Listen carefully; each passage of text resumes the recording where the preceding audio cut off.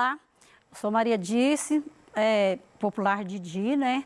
Sou professora de História da Rede Estadual de Educação de Minas Gerais e hoje nós vamos estar trabalhando aqui, né, o conteúdo Humanismos e Reforma Religiosa.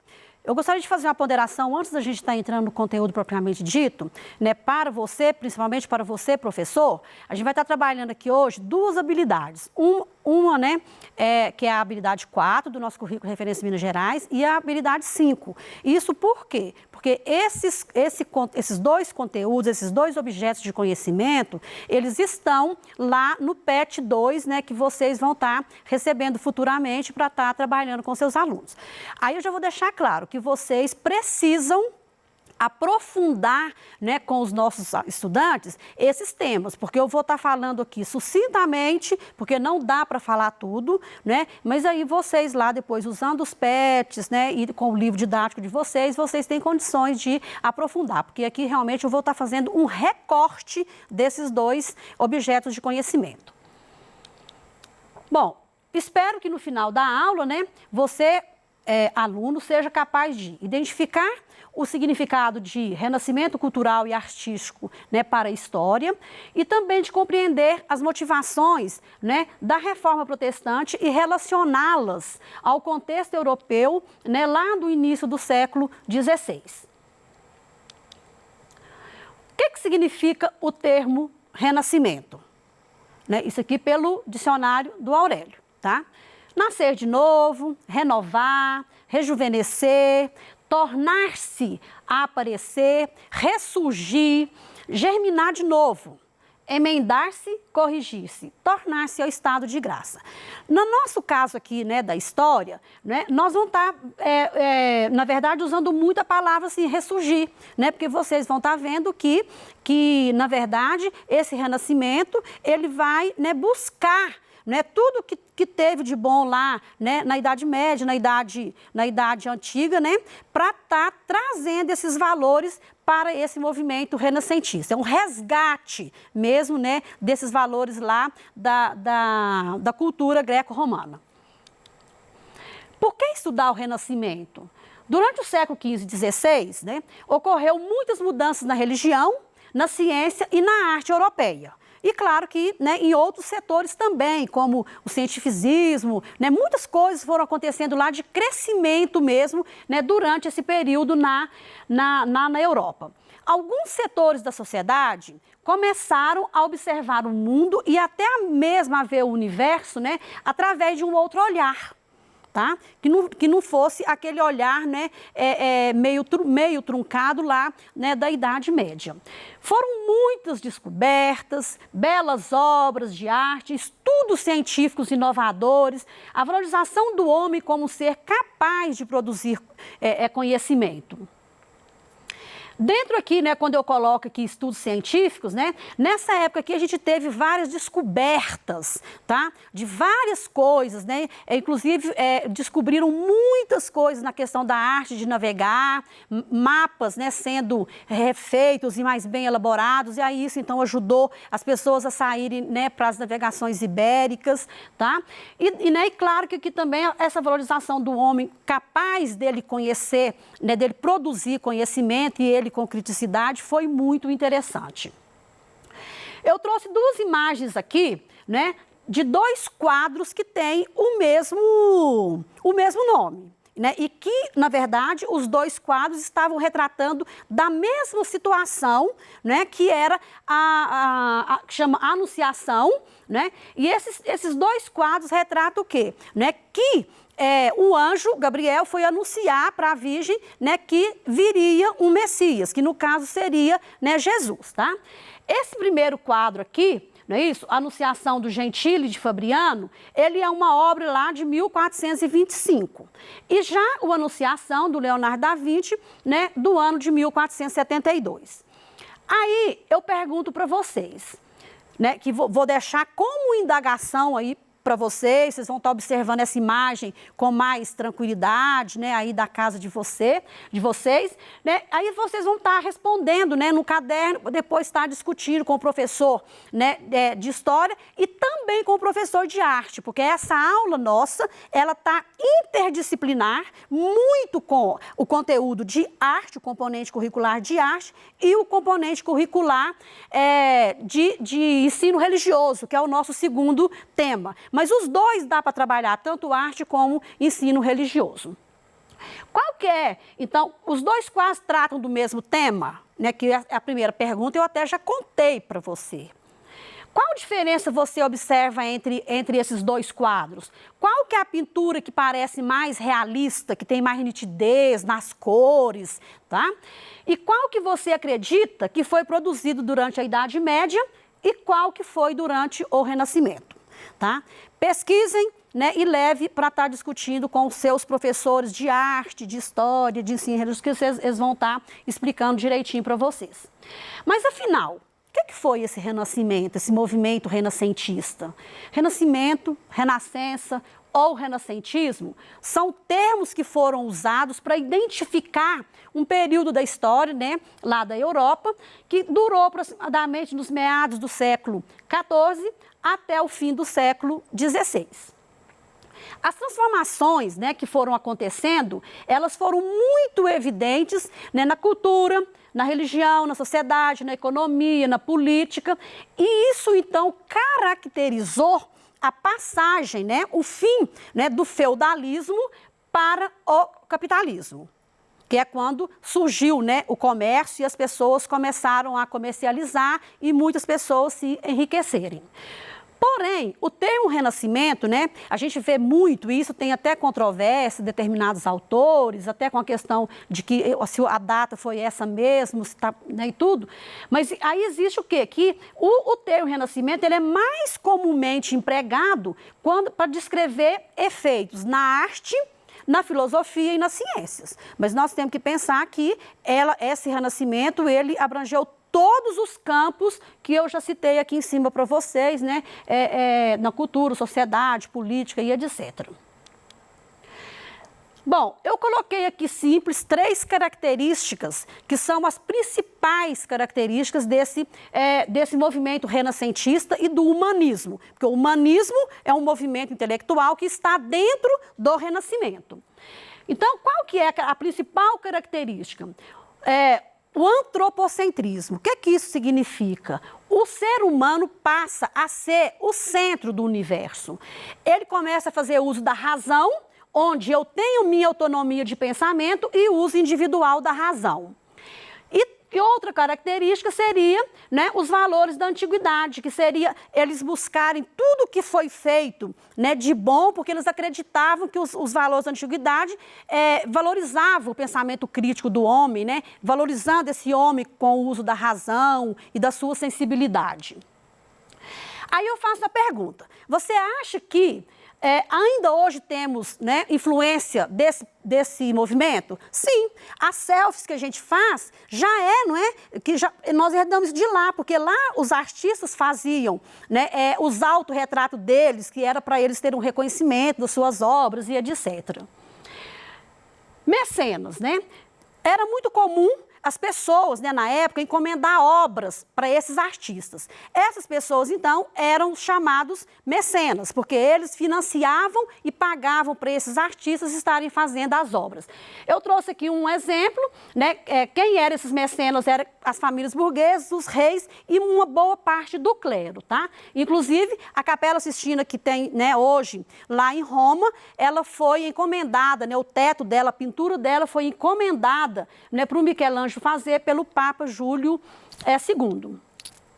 Aqui eu trouxe principais artistas e autores do Renascimento. Eu não vou ler para vocês, porque não justifica que vocês tenham acesso a esse material. Eu só queria acrescentar aqui, não é?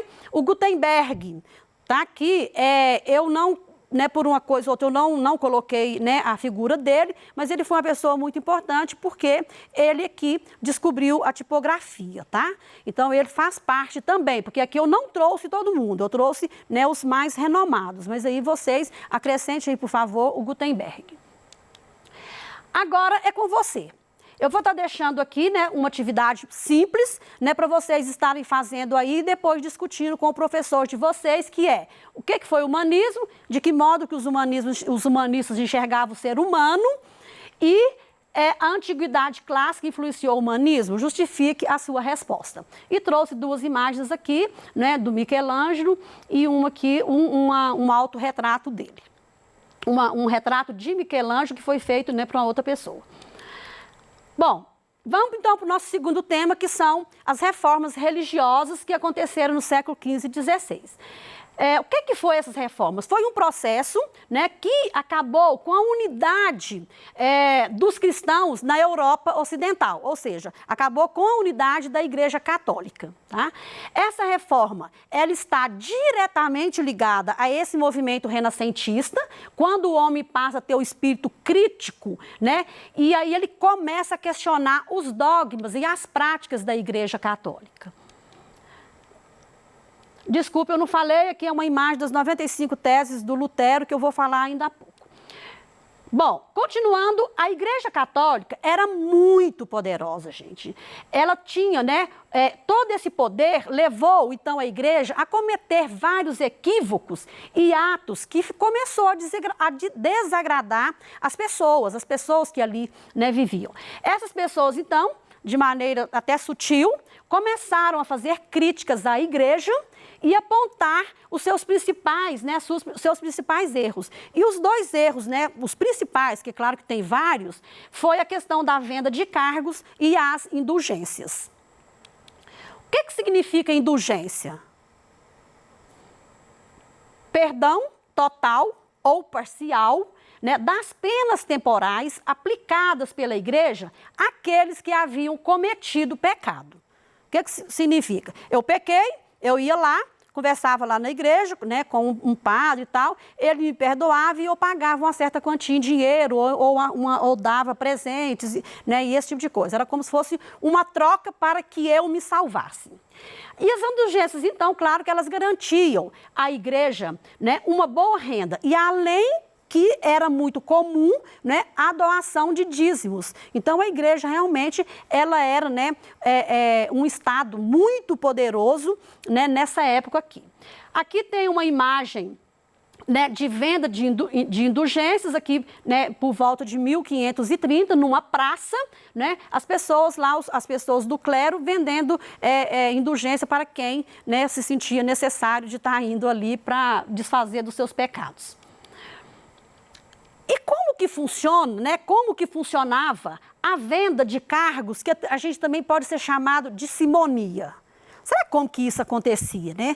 Porque venda de cargos, né, a simonia, é uma venda de cargo, que é um processo irregular, né? Que você está comprando ou vendendo alguma coisa, né, tentando talvez até enganar, de certa forma, as pessoas. A venda de cargos, então, ela existia, gente. Para quê? Porque tinha, né, as famílias nobres, as famílias mais endinheiradas, que queria que os filhos fossem ser padres, que pertencessem ao clero. Por quê? Porque era, né, era muito importante você pertencer a algum grupo da igreja, e isso te dava, de certa forma, né, privilégios. Tá? Então, o normal, assim, que cada família queria que pelo menos uma pessoa, né, da família fosse ter esses privilégios que o clero tinha na época. Aqui eu coloquei uma imagem que é muito bacana, né, de uma simonia aqui. E aqui, ó, as primeiras críticas, né, conhecidas pelas condutas do clero católico, veio desse teólogo, gente, inglês, o John Wycliffe, né, e ele condenava a corrupção da igreja e defendia o retorno, né, do clero a uma vida mais de pobreza, nos moldes, né, lá dos primeiros cristãos. Porque nesse momento aqui, realmente a igreja, como ela era muito rica, né, esse clero, eles viviam com determinados privilégios que a grande parte da população não tinha esses privilégios. E aí, então, esses pensadores, né, eles começaram esses teólogos, estudiosos, eles começaram a pensar que a coisa precisaria mudar porque os privilégios estavam grandes demais. Tem aqui a figura, né, só para vocês, pelo menos, ter uma noção da figura do John Glyph. O sacerdote e um reitor da Universidade de Praga, né, que é o Jan Hus, ele também se revolta contra a corrupção, né, do alto clero e contra a venda das indulgências. Aí, em 1517, tá, eu coloco data, mas vocês não precisam de estar se fixando nisso, tá? Porque, na verdade, né, vocês precisam de saber, não é nem a data, mas é o que o fato histórico que ali está acontecendo mesmo. Esse monge, então, alemão, o Martim Lutero, ele apresenta as 95 teses, tá? Ele vai, prega numa porta da igreja lá na Alemanha, tá? Em que ele combatia diversas práticas e dogmas da igreja, entre eles a venda de indulgência e a remissão dos pecados. O gesto de Lutero, então, é considerado, né, como se ali, então, estivesse realmente, de fato, começando a reforma religiosa do século XVI. O Lutero, então, ele defendia a salvação pela fé. Em 1521, aqui, o Lutero é excomungado, tá, pelo Papa, sobre a acusação de heresia. Então, aí eles expulsam ele da Igreja Católica. Quem mais que combatia essas heresias, gente? Os humanistas, então, eram todos incomodados, né, com essa questão discordavam, né, do pensamento da igreja, e um deles, né, que eu trouxe aqui só para falar, para citar a Inquisição da época, né, o pensador italiano Giordano Bruno, ele foi queimado na época porque ele falou, tá, que o universo era infinito, e a Igreja Católica ela não admitia, né, isso daí. Tá? Era outro pensamento que você pode estar discutindo aí com o seu professor de história, seu professor de ciências, que eles vão estar explicando melhor para vocês. O pensamento de Lutero e Calvino, eu fiz aqui um quadro comparativo, tá? Só para estar deixando para vocês realmente, de fato, ver, né, o que era o pensamento de um e de outro. Tá? O Martim Lutero, como eu falei, ele era da Alemanha, o João Calvino da França e Escócia. Tá? O pensamento deles aqui, né, todos os dois, na verdade, era muito parecido com a questão das regalias, do conforto lá que o clero tinha. A salvação, né, pelo Lutero só poderia ser obtida pela fé, e aí assim, eu não vou estar lendo tudo, né, porque o tempo da aula, como eu falei, 2 temas, não é fácil de fazer, né, um tema grande desse jeito em pouco tempo. Aí vocês, então, vejam isso, discuta com o seu professor, né, para estar aprofundando mais sobre o tema. A reforma na Inglaterra, ela foi feita aqui pelo rei Henrique VIII, ele rompe, né, em 1534 com a Igreja Católica e funda o anglicanismo, cujo chefe era ele próprio. Tá? A doutrina anglicana era muito semelhante à doutrina católica, tá, gente? Que manteve a maioria dos dogmas lá do clero. Só que ela estabelece o culto em língua inglesa, além da tradução da Bíblia, e o sacerdote poderia estar casando, tá? As consequências da reforma religiosa foram inúmeras, tá? Mas, enfraquecimento do poder político da Igreja Católica, aumento do poder dos reis protestantes, fortalecimento dos ideais burgueses, que era o enriquecimento, né, o enriquecer mesmo com o comércio, a difusão da instrução religiosa, né, onde a Bíblia foi traduzida e eles passaram, né, do latim para a língua nativa, aí as pessoas passaram a estudar mais a Bíblia, estímulo à participação dos fiéis nos cultos religiosos. E depois veio a criação do movimento da Contra-Reforma, que foi um movimento onde a Igreja Católica, né, ela tentou reorganizar a Igreja Católica nesse período, tá?